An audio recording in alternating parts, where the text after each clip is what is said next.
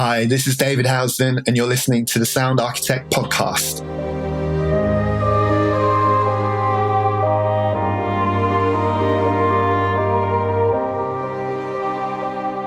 Hello, and welcome to the Sound Architect podcast. I am your host, Sam Hughes, and today I'm once again joined by composer David Housden.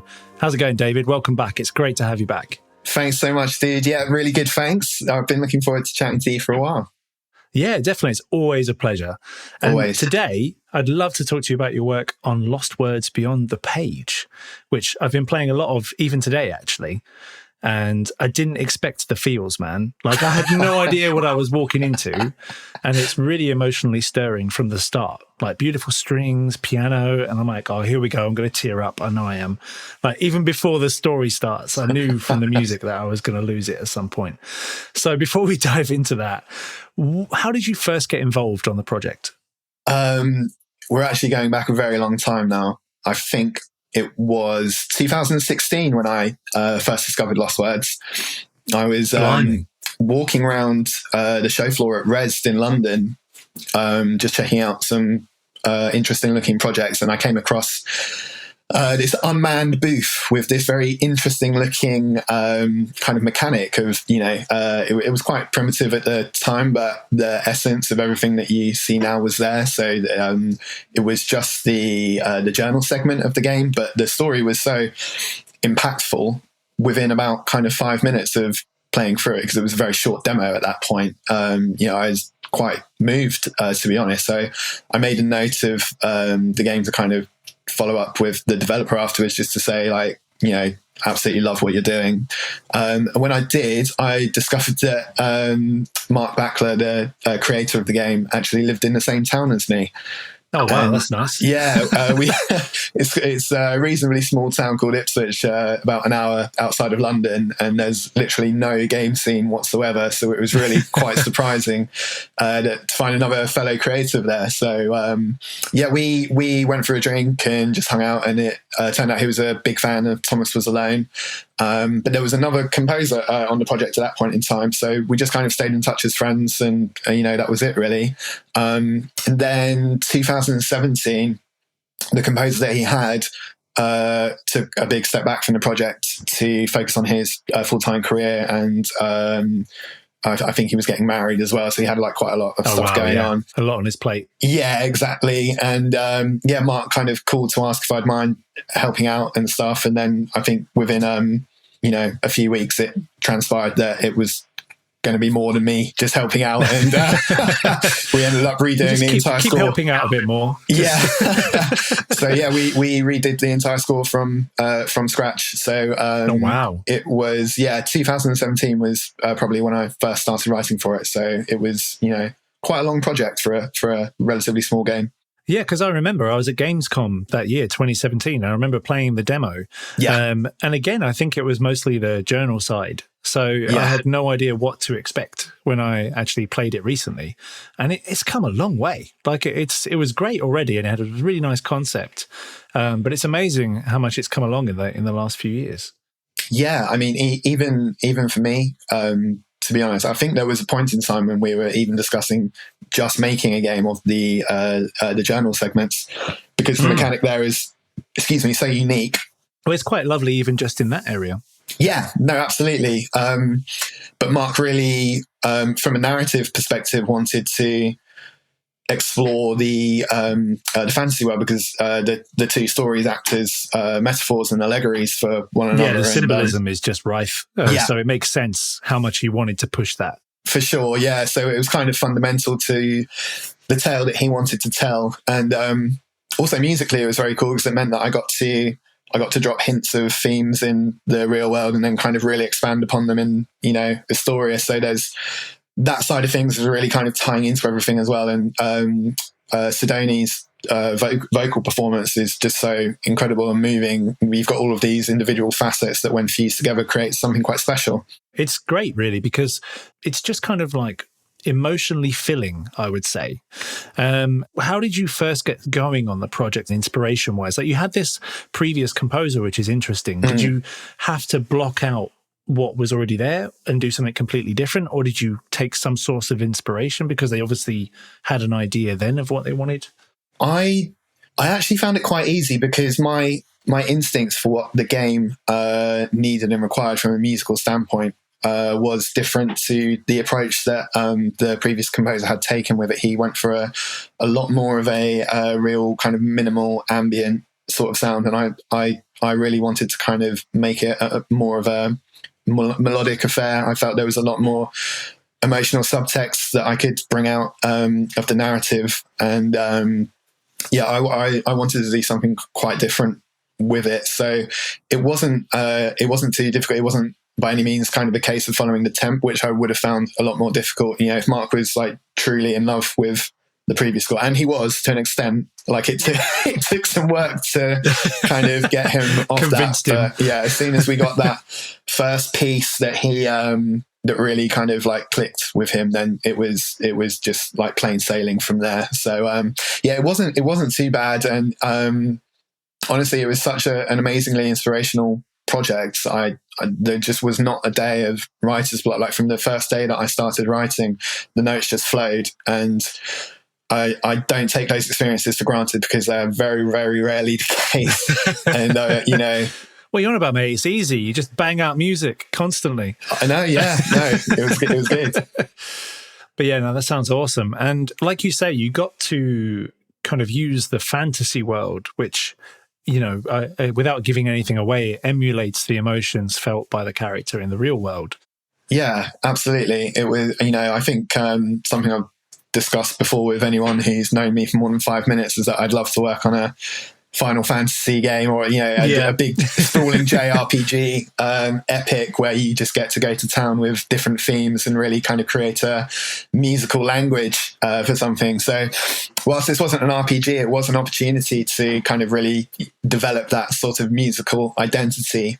And there were so many different themes and kind of narrative threads that I wanted to assign a motif to musically, and then kind of weaving them all together. It was an absolute dream project, I have to say. I ended up writing, I think there was 104 minutes of music in total, and it's only a sort of 3 to 4 hour game. So I really, you know, went quite overboard on it. But but the love is there, right? Yeah, you know, like it shows how much you care. Yeah, I guess so. And also, you know, it's not every day that you get to express yourself in that, you know, the subject matter like that comes across very rarely. And I felt it was important to kind of show it the respect that it deserved. And also, it was almost 2 games in one. You know, you had these drastically kind of different aesthetics and mechanics that you had to support sonically while still making it feel cohesive overall. And it was just really good fun kind of going from these like really nice intimate arrangements where you're trying to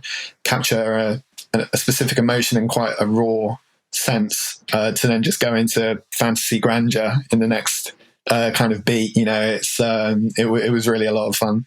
Yeah, I can imagine. And how much were you involved in the implementation side for a start? I informed the entire process from start to finish in terms of actually being the person that plugged it all into Unity at the end. I couldn't have had less to do with it. But every single cue appears where I wanted it to, plays back in the way that I wanted it to, and crossfades or layers or any number of other transitions which we use for the game in precisely the manner which I intended it to. So yeah, from start to finish, I had to plan out how I wanted the music to be implemented, and we achieved that by I was mainly given kind of gameplay videos of each stage to work to. I also had builds of the game, which is really handy for familiarizing yourself with what it is that you're actually writing for, but B, kind of getting a real feel for the pace of the game, making sure that you're supporting the player's actions as much as you are the narrative and the subtext and all of these other things that I particularly do like to look for in the music. So yeah, from there, I would almost like if you were scoring a film, I'd go through and do a spotting session of where I felt there were particular moments that I wanted to highlight with a cue or a lift or a change in tone or something. So I go through and I make all of these markers in Logic, and then I just start writing and sketching, really. And sometimes I start ignoring the footage and just kind of get lost in the piece that I was writing, and then retrospectively go back and think, oh, actually, this 8-bar segment would work really nicely at this particular part of the game. And then you go back and you sort of start to dissect things, and then, figuring out how everything can bleed in together and feel like part of this seamless whole experience was definitely where the majority of the work comes. Like, actually getting the ideas out in the first place is probably the simplest part of it, and that's not always the case. So in one way, it was an absolute dream of a project to work on, and in another way, it presented some new challenges which aren't always the way, because it is quite a linear experience, but at the same time you spend a lot of time on each stage, and the puzzles aren't particularly hard, but there's a lot of narrative that you have to absorb before you're allowed to continue sometimes, and everyone reads at their own pace, so it's difficult to know how long anyone's going to be hearing any one cue before they move on, which is obviously a very common thing for any composer writing for games. But it's these things that you have to find a solution for, and that's essentially how it works. And then I'd write a PDF kind of explaining everything that I've done in the video, breaking down time codes and with the individual cues next to them, and kind of explaining the implementation functionality that I wished it to have. And then Mike would plug them in, and then I get another video back showing me it in action. And then I give feedback, and then we'd normally get it in one or two kind of back or forth. So it was a relatively straightforward process, but it did require a couple of us, because I'm not about to start programming in the game engine. No, yeah, definitely. You got enough skills already. No scripting as well. So I was going to ask about that. You mentioned how everyone moves at their own pace, and obviously you had to allow for the fact that you might be in certain areas for quite some time.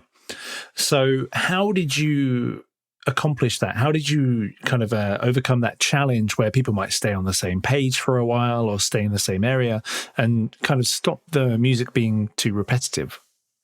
It's really about kind of trial and error as much as anything else, but just following your instinct and what feels good. Generally speaking, if someone had the capacity to spend upwards of 10 minutes in an area, then I'd want to make sure there was 2 to 3 minutes worth of music looping there. So you're never going to hear more than a few repetitions at most before moving on. And then when you move on, it's about getting the transition feeling really nice, because this is the problem when you do want to kind of write all of this lush melodic music. It's all well and good, but getting that to sit in a game, there's any number of outcomes defined by the player action. So they could go through possibility A, possibility B, or possibility C, and the music has to transition and feel like a seamless, continuous piece, regardless of which one of those outcomes they choose. It really does come down to tight implementation. So the way that we do that is obviously within the same stage, I would always be composing within the same key. So you're not going to get any kind of jarring modulations between scenes or anything. But having said that, almost every stage is in a different key. So you do get that kind of, your ear gets refreshed upon each stage. It's not like the entire game is in A minor or something, because I think that would become fatiguing very quickly. But within a stage, everything is within the same key, or at least, it goes to the corresponding major or minor from whichever key it was. So that's one way. Also keeping it at the same tempo, that's one of the most jarring things.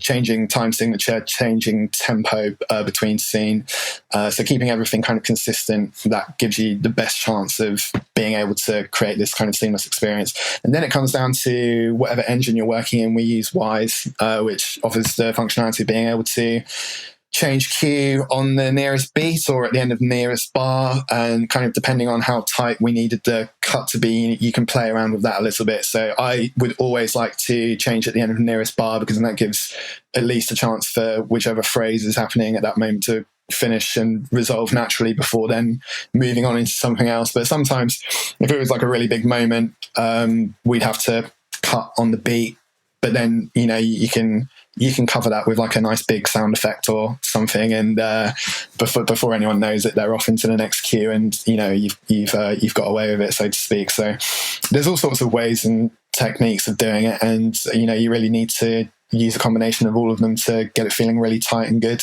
Yeah, just give it that illusion of more evolution than there is, I guess. Precisely that, yeah.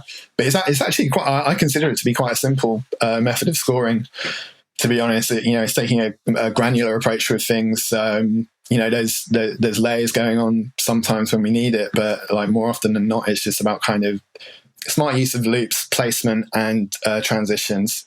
Nice. I mean, I'd almost say it's a smart use of minimalism. From a technical standpoint, absolutely. Yeah. Many people quite vocally disagree and almost kind of look down on composers who don't go out of their way to overly complicate the implementation of their music. But, all I'm ever trying to do is support a story and support an experience. I want to do that in the most effective way possible, and if that requires me to go quite in depth within what's possible within whatever the middleware is which we're using for that project, then so be it. I would not shy away from that challenge, but equally it's not something that I'm going to go out of my way to force in to a minimal, beautiful, emotional narrative experience, which requires very little in that way of things. And I'd argue it would almost make it a less immersive experience if I did start to try and get overly clever with it. Well, yeah, I think that's the thing, isn't it? It's what you need to do to serve the project, and what's appropriate. It doesn't matter how clever it is under the hood. You don't have to try and show off. It just has to serve the vision. Precisely. And if you achieve that with one 10-minute loop per stage, or a series of smaller micro loops and smart transitions like we use for this, or if you do something really over the top with vertical or horizontal layering, it doesn't matter as long as the end result is that the player receives the experience that they deserve. So I want to go back to something you brought up earlier about the multiple choice kind of answers you can give throughout the game.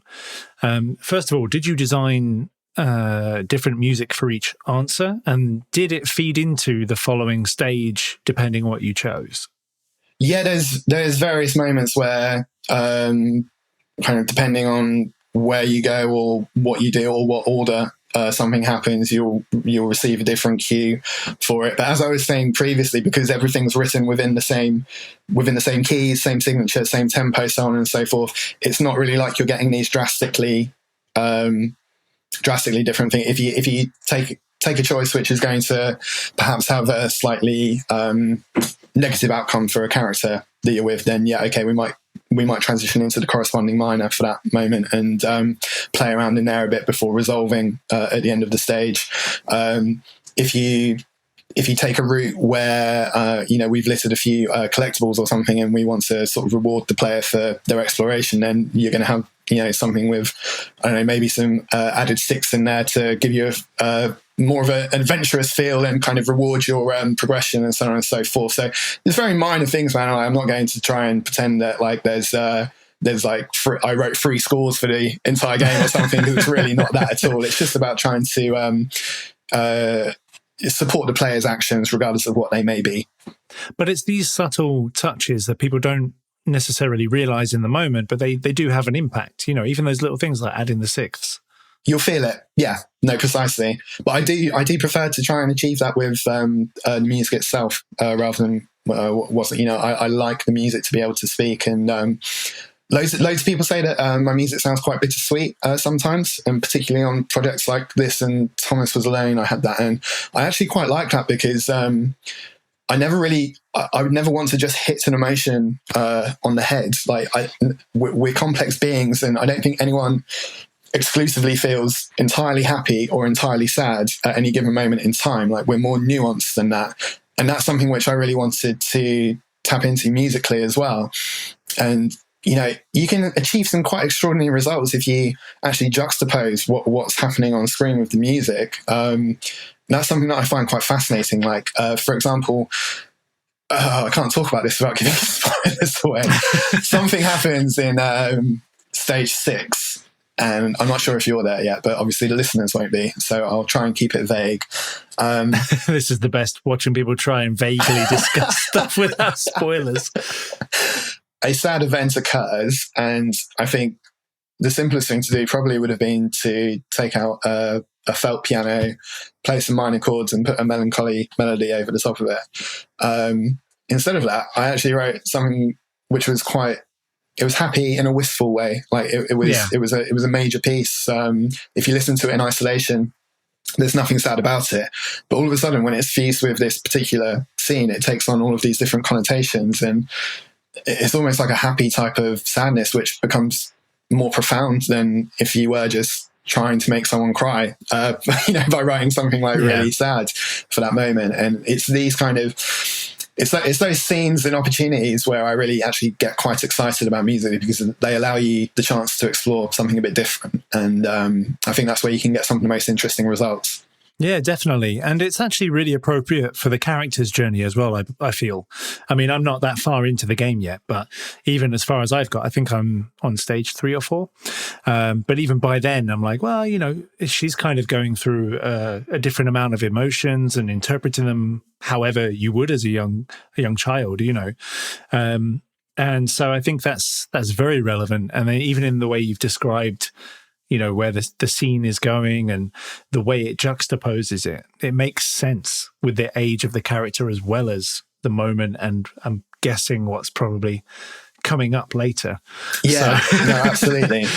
Because, it's quite interesting to actually look beneath what happens in a scene. So to give you an abstract, hypothetical example, which obviously has nothing to do with what occurs in the game, let's say you're dealing with loss in a scene, loss of a friend, loss of a relationship, loss of a life, like any kind of feeling of loss. The reason that we, as human beings, kind of experience and respond to loss in the way that we do is because of the fondness and the happy memories that we attach to something, and the knowledge that we no longer have that is what creates the sadness. So you can either focus on the sadness, which is obviously the most immediate kind of part of what we're feeling and experiencing at that point in time. Or if you stop to look a little bit deeper, you could perhaps score the relationship that they had, rather than the fact that they've just lost it. Rather than the moment. Exactly. And because the story and the player is, being presented with the loss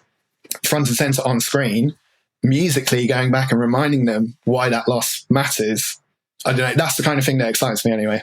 Yeah, I mean, I can imagine it hurts more. It's like you say, it's like actual loss. It's not just the musical side of it, it's the real side of it, that you're not sad. I mean, you are sad because of the moment in front of you, but you're sad because of all the happy moments that have gone, basically. Precisely. That's it, man. And, I think the most famous example of that is Up. Michael Giacchino, although he does it with leitmotif rather than kind of juxtaposing what's happening in the moment. But the reason that those few notes, which previously had been so happy and joyful, have that effect on us,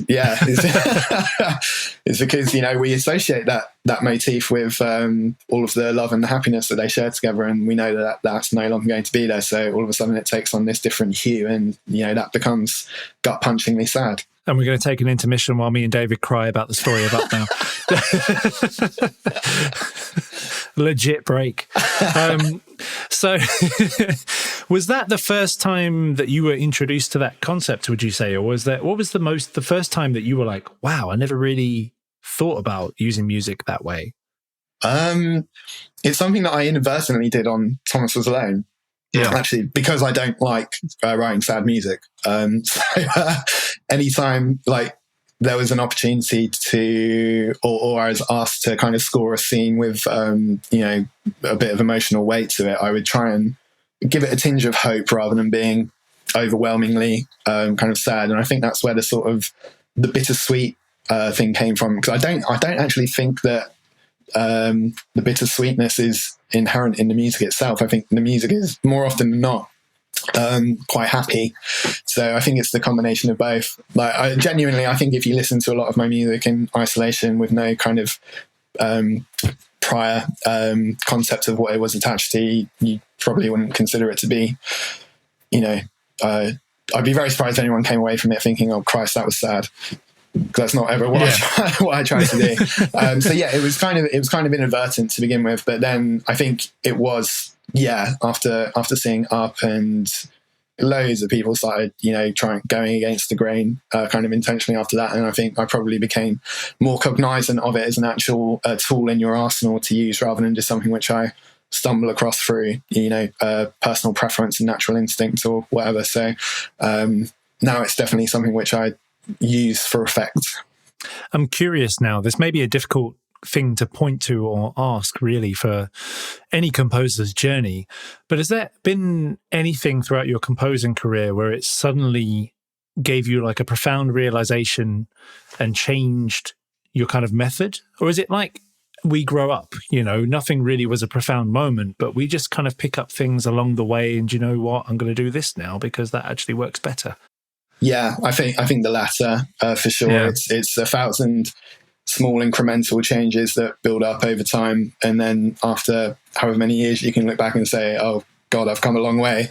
But there's no one moment, man. It's the learning new things, picking up new tips and techniques, being asked to score new genres, man. Like literally any genre of music that I get asked to compose in, which isn't pop punk, is a new learning experience for me, because that is all I did when I grew up. Basically, I taught myself how to play guitar, and I went around with 3 of my friends playing to 10 people in pubs, sort of bad Blink-182 ripoffs. So nice. That was my musical education. So any time when I kind of join a new project, obviously I do have a wealth of experience of genres behind me now, but particularly when I was starting, it was always an adventure, and it was always very fresh and new. And I think I do just see my career in composing as this long, massive learning experience, because I wasn't even allowed to take music GCSE in high school because I didn't have grade 4 in an instrument, and it was really just my love of it and my own personal passion that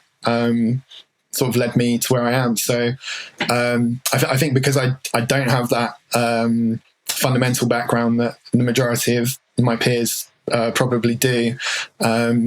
I always feel like I'm learning, and I always want to be learning. Like I feel very uncomfortable about getting to a point in my career where I suddenly felt that I don't need to know anything else. I think that's it's good to never reach that point, right? That's when you lose. Yeah. I think that's where complacency can creep in very quickly. Yeah. Jumping back to the Lost Worlds. So we talked about the kind of journal world and the fantasy world. How did you carry between the two and kind of bring themes across both? Well, the journal was, I knew from the get-go that I wanted to approach that in a very different way stylistically. So we went for really intimate, stripped-down arrangements. At most, there would be a piano, a string quartet, and some atmospherics and kind of synth work. That was the palette for the journal. And the reason that we did that is because I wanted to present what was happening in the most sort of open, honest, stripped back, raw, intimate way possible. And that was the palette that suggested itself to me to be able to achieve that. You can achieve some very beautiful things with, quite minimal tools at your disposal.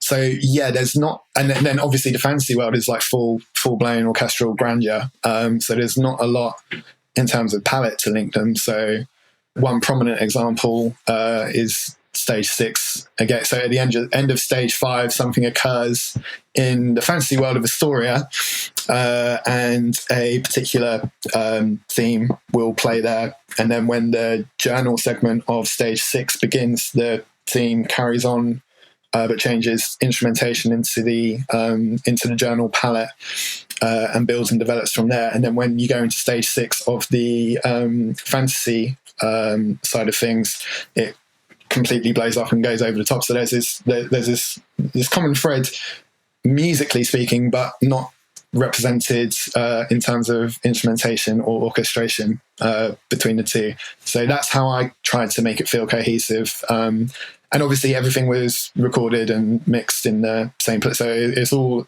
done in the same room. So kind of it's got the same production aesthetic linking it as well. But it was just about planting these seeds of ideas in one place and then picking it up and growing using the musical language which I'd established for whatever section of the game transpired after that, and then doing the reverse when you move into the next section, and so on and so forth.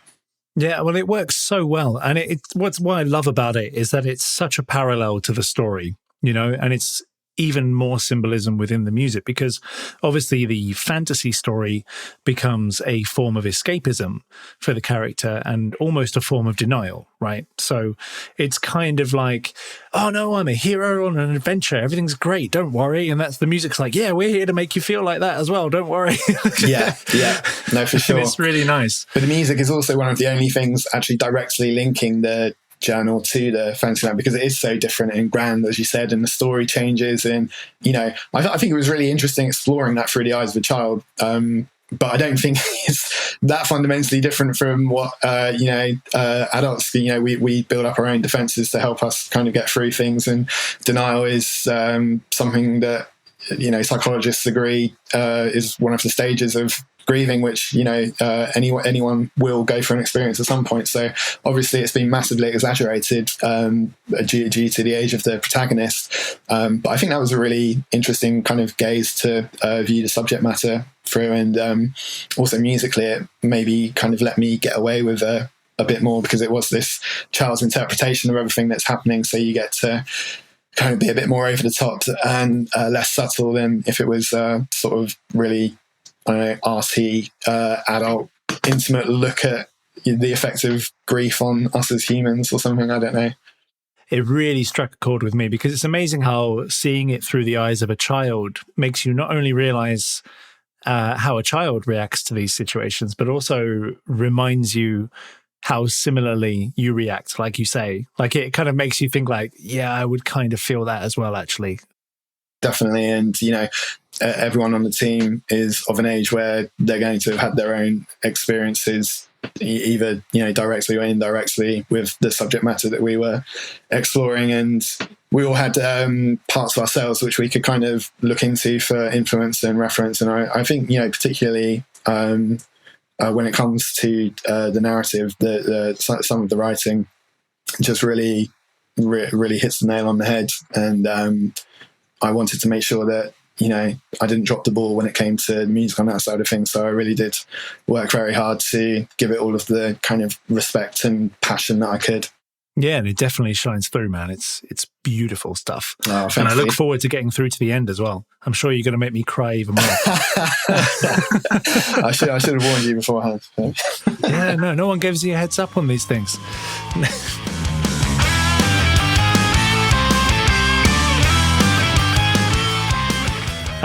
I wanted to ask you about a very different sort of game. Now, congratulations on scoring Battletoads for Rare, which of course is a very different game. I mean, I don't know, maybe Battletoads gives people the feels as well. I don't know. But what was it like writing for Battletoads? Such an iconic kind of historical game. Yeah. I mean, just kind of getting to join the stable of Rare composers was absolutely insane to me. Grant Kirkhope, David Wise, Robin Beanland, Graham Norgate. There's, so much of the most iconic music written in the entire games industry has come from this studio. So to get to add my name to that list was crazy, frankly, and a little bit intimidating, if I'm being completely honest. I can imagine. But that was mitigated by the fact that for the first time in 9 years, I was hired to work on a project which utilized my chosen instrument. So rather than trying to kind of fake the fact that I'm not a pianist and, probably have a childlike grasp of, the main instrument that I compose with on a daily basis, I got to just pick up a guitar and kind of do what I know how to do. Although, albeit it was in a slightly different way. I was never in metal bands kind of growing up or anything, but I did used to love that kind of music. I just didn't play it. So I had a really good knowledge of the subject matter. I used to listen to a lot of thrash. I used to listen to a lot of power metal, and also just like the 90s stuff. I think the Black Album was probably the the style guide for how we wanted things to sound, and that's a lot easier to achieve with the advances of technology today. It didn't take us £1 million and however many years to produce the record that had that kind of sound to it. So that was good. It was so much fun, and also just like such a juxtaposition to what I was doing at the time with Lost Words. They just acted as the perfect palate cleansers for one another, because anytime I was getting a bit bogged down with writing emotional orchestral music, I got to pick up my Les Paul and start blasting some riffs out. Anytime my ears or the neighbours or my girlfriend needed a break, I got to go back and sit at the piano and write something, quite intimate and, emotionally fulfilling. Yeah, and it's nice that you got to palette cleanse, like you say, between Battletoads and Lost Words. And how did you make sure that you didn't get lost too much in one or the other? Well, I don't know. I had a very interesting system of whichever deadline was closer. That is the project that I would work on at that point in time. So that's literally as much thought as I ever put into it, man. Like, where am I going to get in the most trouble if I don't deliver something this week? Okay, cool. That's what's happening. And that's really how you do it. So yeah, my schedule kind of defines what I'd be working on at any given time. But then also, when you get into the back end of it, and there's a little bit less deliverables are slightly less constant than they are to begin with, then I would absolutely define it by what was I feeling creatively inspired by at that point in time, and 9 times out of 10 it would be the opposite to whatever I'd just been doing for the past week. So you just kind of mix it up and go with the flow. And what would you say was one of the biggest highlights from Battletoads? Oh, definitely the recordings, man. Getting to go back to rock studios rather than an orchestral soundstage was just so nostalgic for me. When I was in bands, my absolute favourite part of the entire band lifestyle was actually going to the studio and recording these ideas, bringing to life these concepts which you've been banding around in practice for however long, and actually realizing the vision that you had in your head is just a feeling which I never tired of and never will. So getting to go back and experience that again, sort of for the first time in 10 years, was just so cool. And everyone that I worked with was people that I knew from my prior life, if you will. The producer was a producer that I really looked up to back at the time. He worked with a lot of awesome bands, Death Havana, Architects, Unit 6, loads of really cool UK bands that I used to look up to a lot. And the head of the La La Studios I was even in a band with very briefly at one point in time. So things really did kind of like come full circle, because I remember when I first started composing, I had to sell my my pride and joy, which was a PRS custom 22 and a Mesa Boogie single rectifier amp head, and that was my dream setup that I'd always wanted ever since I was kind of a teenager, and I worked and traded my way up, and I finally got it. But then I sold them to get a secondhand iMac MIDI keyboard and a secondhand copy of Pro Tools LE so that I could write Thomas Was Alone. Oh man! But this is the first time that I'd had a reason to actually go back and buy a new guitar for something. So it was actually quite nice seeing that journey complete itself, from having to sell it to invest in my career, to my career getting to a point where I was able to go back and rebuy all of my gear. So. And did you rebuy everything? There's a Telly, there's a Les Paul, I've got a Marshall TSL 100 now, a load of amp modelling, so a load of Line 6 stuff. I've got my own rock studio again, basically. So nice. And did you just spend the first hour hugging the guitars and the amp? I would have. I can't part with my guitar now. I spent the first hour trying to remind myself how to play it. As long as you weren't playing Smoke on the Water or Smells Like Teen Spirit, then I'm sure you're all right. That's almost as far as I had to go back to re-educate myself. It regressed. No, it's amazing how quickly your muscle memory does come back. I literally barely picked up a guitar for many, many, many years. But yeah, just writing with it every day, you quickly get back into the groove. I don't know why more game studios don't employ people to write 90s power metal for them. It's beyond, me neither. It's a mystery. Just constantly. I'll probably be waiting 9 years until it happens again. Yeah, definitely. What can you tell us about that you're working on at the moment? Yeah, this will be very short. Nothing. Well, I'm working on Project 2 with Dalala currently, who made BattleToads, and it's an incredibly exciting IP and the biggest thing which I'm going to have worked on to date. And it's very different from BattleToads, but that's all I can say about that currently. Nice. And the final question, I don't think I've asked you this before, even though you've been on the podcast a couple of times. If you could go back in time and speak to your past self, what one piece of advice would you give yourself? And don't be anything like the lottery. Bet on Leicester winning the league in 2000 and whenever it was. Yeah. I would say don't become complacent with success, because it doesn't last if you're not proactive with trying to push yourself. If you have one hit game, don't assume that that's going to see you through the rest of a career, because it doesn't work that way. If you're very lucky, people will, continue to come to you, but more often than not, I feel like there was probably a point in my career where I thought I would just live off royalties and whatever projects came for the rest of my career. But that's A, only going to last for so long, and B, not going to give you the career that you want. The same as with relationships or any other aspect of life. You should be proactive in kind of choosing the careers, pathways, and people that are the best fit for you personally and what you want. So I think actually going out and finding the jobs that I want to work on has enabled me to craft the career that I want for myself, rather than just working on whatever happens to come into my inbox that week or something. And that's a lesson that I probably didn't learn until 5 or 6 years ago. So that's what I would say if I could go back to 21-year-old David. Nice. I love the honesty. Do you think 21-year-old David would listen to you? Oh, definitely not. No. Absolutely not. But, nothing ventured, nothing gained. And I think that's an excellent note to leave it on. Sadly, I have to say goodbye, but I will be inviting you back in the future if you want to join us again. Oh, absolutely, dude. Always a pleasure. I've really enjoyed Lost Words Beyond the Page.